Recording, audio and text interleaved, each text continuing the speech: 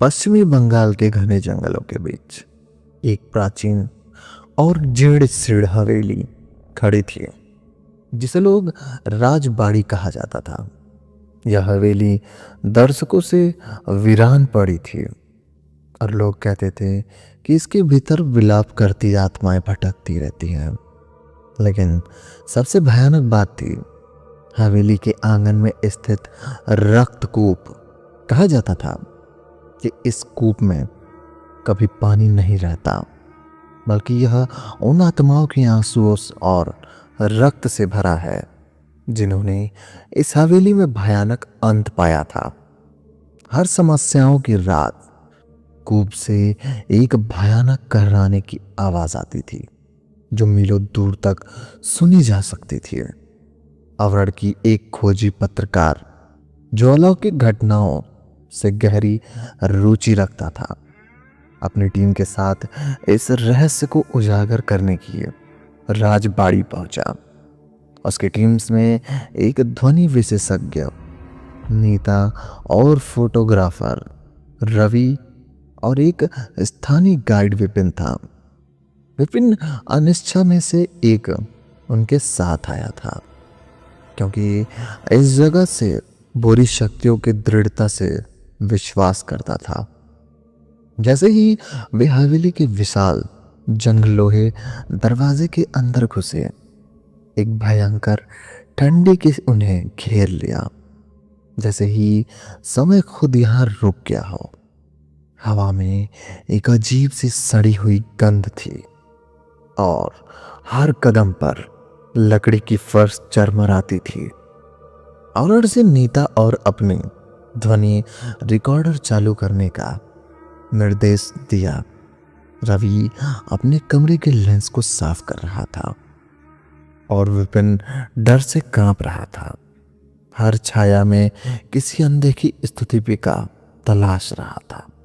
वे हवेली के मुख्य हाल में पहुंचे, जहां धूल की मोटी परत हर चीज को ढक चुकी थी। बीच में एक विशाल टूटी हुई साड़ फानून लटक रही थी, जो किसी भूतिया आंख की तरह लग रही थी। हमें कूप के ओर चलना चाहिए, अवरण ने कहा। उसकी आवाज एक अजीब सी उत्तेजना थी। वैसे ही वे आंगन में पहुंचे, रक्तकूप उनके सामने आ गया। यह एक गहरा काले पत्थर से बना हुआ कुआं था, जिसके किनारे पर सूखे भूरे रंग के धब्बे थे, जो किसी पुराने रक्त की तरह दिख रहे थे। कूप से एक अजीबोगरीब दुर्गंध आ रही थी और उसके अंदर एक धीमी मगर मर्दभेदी कराह सुनाई दे रही थी। नेता ने अपने पैरानॉर्मल माइक्रोस्कोप कूप को और बढ़ाया। हेडफोन लगाते ही उसकी आंखें चौड़ी हो गई। मुझे कुछ सुनाई नहीं दे रहा था। कई आवाजें एक साथ वे विलाप कर रही थी। तभी रवि के कैमरे ने एक अपने फ्लेक्स करना शुरू कर दिया। हर फ्लेक्स के साथ कूप के अंदर एक क्षण भंगुर आकृति दिखाई देती थी। कभी एक छोटी लकड़ी का चेहरा, कभी एक वृद्ध पुरुष की झुकी हुई पीठ, कभी युवा महिला की डरी हुई आंखें।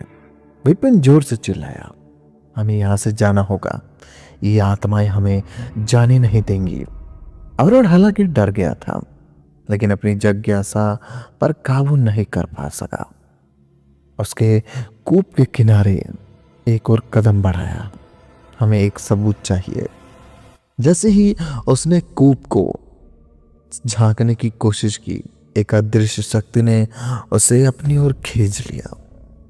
उसके संतुलन बिगड़ा और वह गिर पड़ा, लेकिन आखिरी पल में विपिन ने उसे खींच लिया।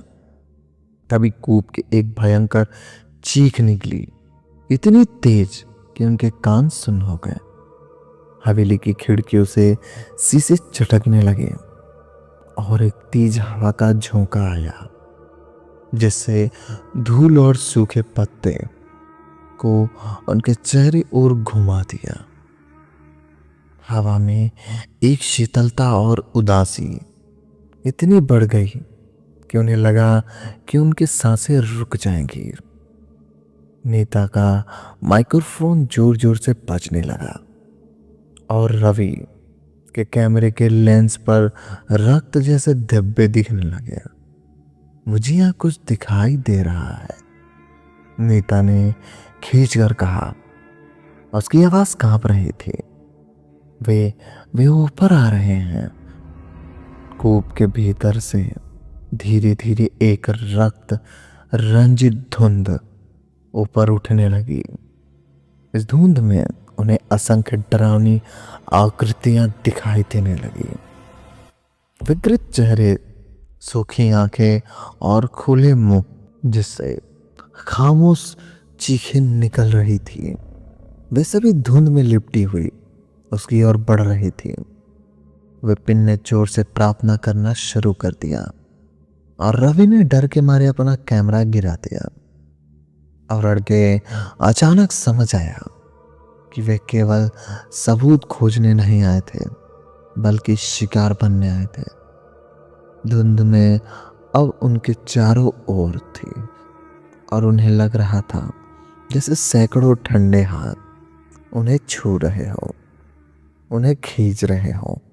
वे भागने की कोशिश करते रहे, लेकिन धुंध इतनी घनी हो गई कि वे एक दूसरे को भी दिखाई नहीं दे पा रही थी। एक एक करके उन्होंने सुना नीता की अंतिम चीख, रवि की घबराई हुई सांसें और फिर विपिन की धीमी कराहट जो रक्तकूप की ओर से आ रही थी। जब सुबह हुई और सूरज की पहली किरण राजबाड़ी पर पड़ी तो हवेली फिर से शांत और वीरान थी। कूप के निकलने वाली धुंध गायब हो चुकी थी। पुलिस के बाद वे हवेली में अवरल की टीम के सामने मिले।